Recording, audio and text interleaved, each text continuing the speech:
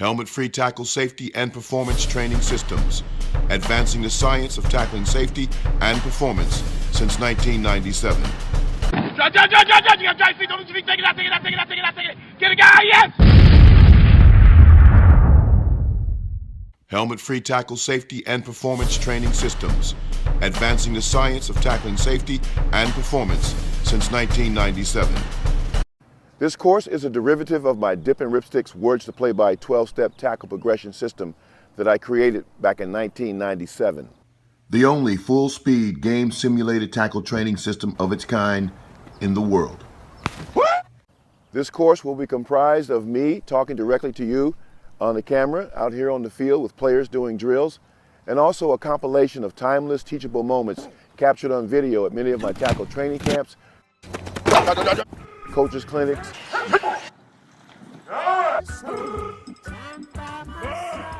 news footage. Tackling techniques that could keep someone from getting seriously hurt. The way you tackle, which will keep you safe. Okay, there's no accidents.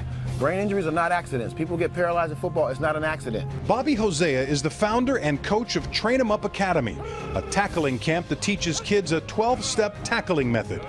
The one-time UCLA defensive back who played professionally in Canada and the U.S. Football League created his tackling program back in 1997. In 2011, a study was done on his method. There was a scientific research study done on my tackling technique. It showed a 43% reduction in helmet first impact. That was 100% of the crown. That's where all the problems are. And documentaries that I've been a part of over the past decade. Former player, Coach Bobby Hosea, is leading the movement to teach proper tackling. His approach is now being utilized at all levels of football. So he's gonna explode his hips, keep your hands on your back, explode your hips to the top of the numbers, and get some air and tell me how many fingers. Woo! Lord have mercy. How many? 2. Do it again. My goal is for someday that my helmet-free tackle safety and performance training course be made the national standard of care for teaching tackling on every level of football competition.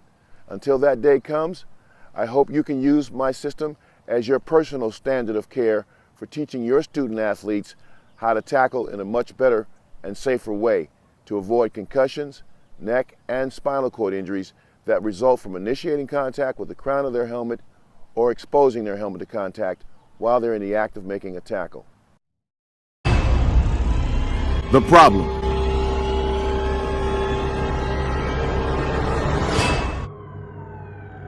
Each year, there are more than 448,000 reported football-related injuries to youth under the age of 15, totaling more than $6.89 billion in medical, legal, and liability costs. A high school football player on Long Island, New York, has died after colliding with another player and then collapsing on the field during a game on Wednesday. Doctors say the 17-year-old suffered a head injury and was rushed into surgery, but he died a short time later. According to ESPN, he is the third high school football player in the United States to die. Seattle high school football player dies from game injury. A 17-year-old high school football player died on Monday morning in Washington State from injuries suffered during a football game, making him the fourth high school football player in the U.S. to die in the last month due to injuries sustained on a football field. Kenny Bowie was a senior defensive back and wide receiver for Evergreen High School in Seattle. He was injured while making a tackle in the fourth quarter of last Friday night's game against Highline High School at Highline Memorial Field. Bowie suffered traumatic brain injury from the tackle, and paramedics rushed him to the Harborview Medical Center.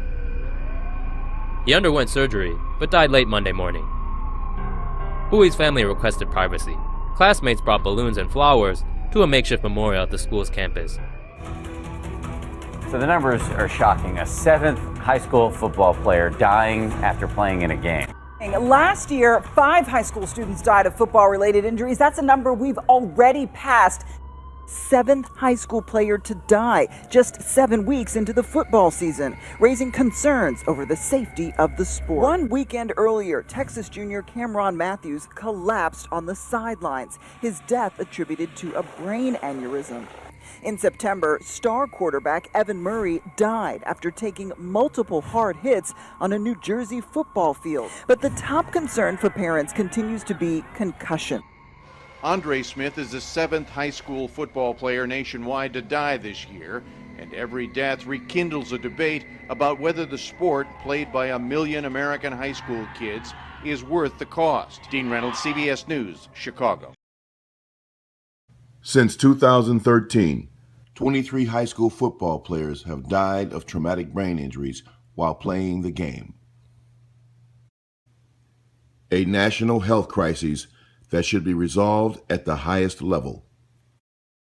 We're in the Blue Room of the White House. Mr. President, very kind of you to take the time. Thank you very much. Great to be with you. There has been concern about the safety of football at all levels, high school, college, and in the NFL. If you had a son, would you let him play? Well, as I said before, I'd have to think about it. You know, it's hard to say no to a kid when they've got a passion for something. And I've got daughters, they don't have a passion for football. It is a great sport. I am a huge fan. But there is no doubt that some of the concerns that we've learned about when it comes to concussions have to give parents pause. And as I said before, I feel differently about the NFL. These are grown men. They're well compensated. They know the risks that are involved. But as we start thinking about the pipeline, Pop Warner, high school, college, I want to make sure that we're doing everything we can to make the sport safer, and that means that the game's probably going to evolve a little bit. And for those of us who like to see a big hit and enjoy the rock'em sock'em elements of the game, we're probably going to be occasionally frustrated. I know defensive players in the NFL get frustrated now because some of the changes of the rules, but I do think that we want to make sure that after people have played the game, that they're going to be okay. But these are serious issues, and especially for younger kids, as well as college players who don't make a big salary playing the sport. We want to make sure that we're doing everything we can to keep them safe. The recent spate of stories about young football players losing their lives or being paralyzed while playing tackle football are tragic and sad, and are very stark reminders that changes, very dramatic changes, are needed. Since most traumatic brain, neck, and spinal cord injuries are the result of players initiating contact with the crown of their helmet while in the act of making a tackle, the key ingredient missing is a standard of care for teaching tackling. Standard of care is a legal term which means you have done your due diligence to minimize what is most dangerous about any activity. There are actual instructions that are inherently dangerous in the very DNA of the game since its inception, and most coaches don't even know it. The more things change, the more they stay the same. And in tackle football, the most dangerous aspect of the sport is making a tackle, but it can be made less dangerous if coaches knew how to readily identify, eliminate, and replace the physical mechanisms, the tackling terminology, the tackling drills, and tackling techniques that lead directly to crown first impact or helmet exposure to contact while a defender is in the act of making a tackle. In 1997, while my son was playing his first year of tackle football, I was no different than any other parent. I was deathly afraid of my son getting hurt to the point where he couldn't get up off the ground. So I created a tackling technique called the Dip and Rip Sticks Words to Play By 12-Step Tackle Progression. It is now known as the Hosea Method and trademarked as the Helmet-Free Tackle Training System. In 2011, LA84 Foundation, one of the largest funders of youth sports in California, commissioned a scientific research study to determine if the Hosea method was effective at lowering head impact while defenders were in the act of making a tackle. The result of that phase 1 study showed that the Hosea method removed 100% of the crown from the tackle when compared to the traditional tackling technique that registered all the impacts to the crown of the head. Clearly, tackle football is at a crossroads, and concussion is the primary reason for that crossroads. If we don't get concussions under control, the game of football is going to go away. Here's my system of training that I think can be used as your personal standard of care for teaching tackle football. Their future is in our hands. Our future is in theirs. Up next, the solution.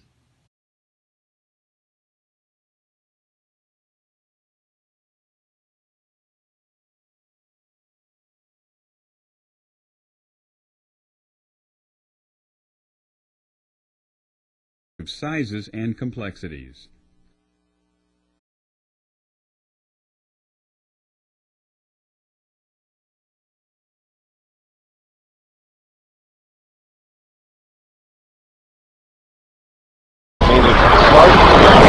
Start, 2, 1, booster ignition, and liftoff of the Space Shuttle Discovery, returning to the space station, paving the way for future missions beyond. Wait for that.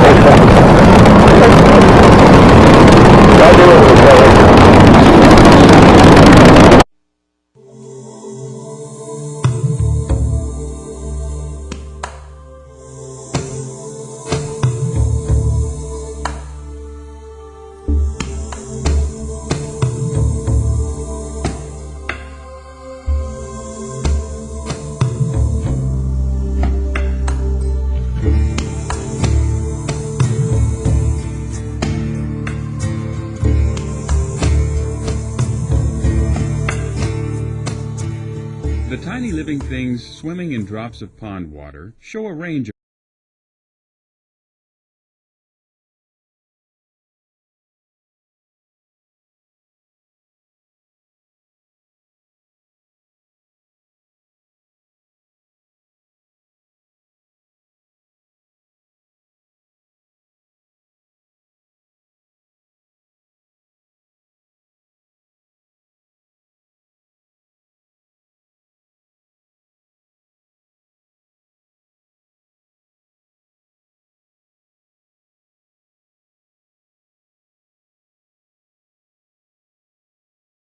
Rugby-style tackling is not safe.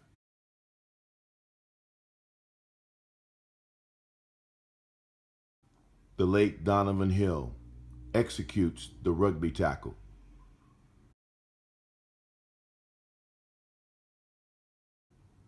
Head and hips are on the same level. Eyes are parallel to the ground.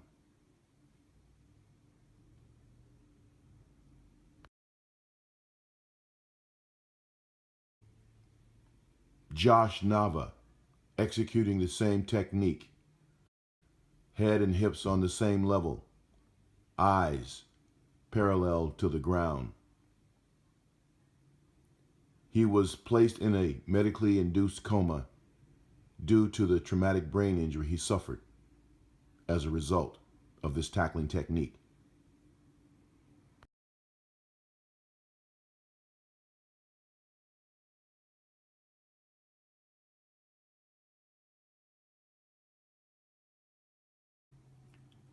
Eric Legrand of Rutgers is paralyzed.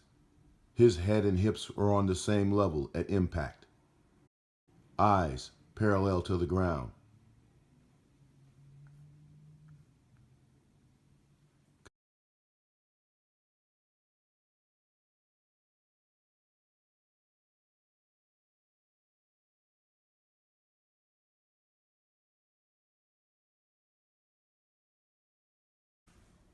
Chris Canales, paralyzed while using this technique.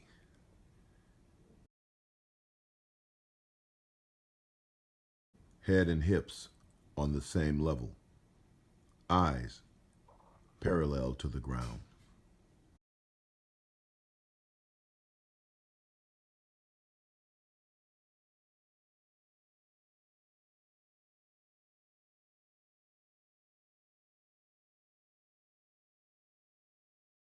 Continuing to teach this form of tackling is willful and reckless endangerment that will lead to punitive damages which no insurance policy will cover. Make football safer by learning what is dangerous, eliminate it, and replace it.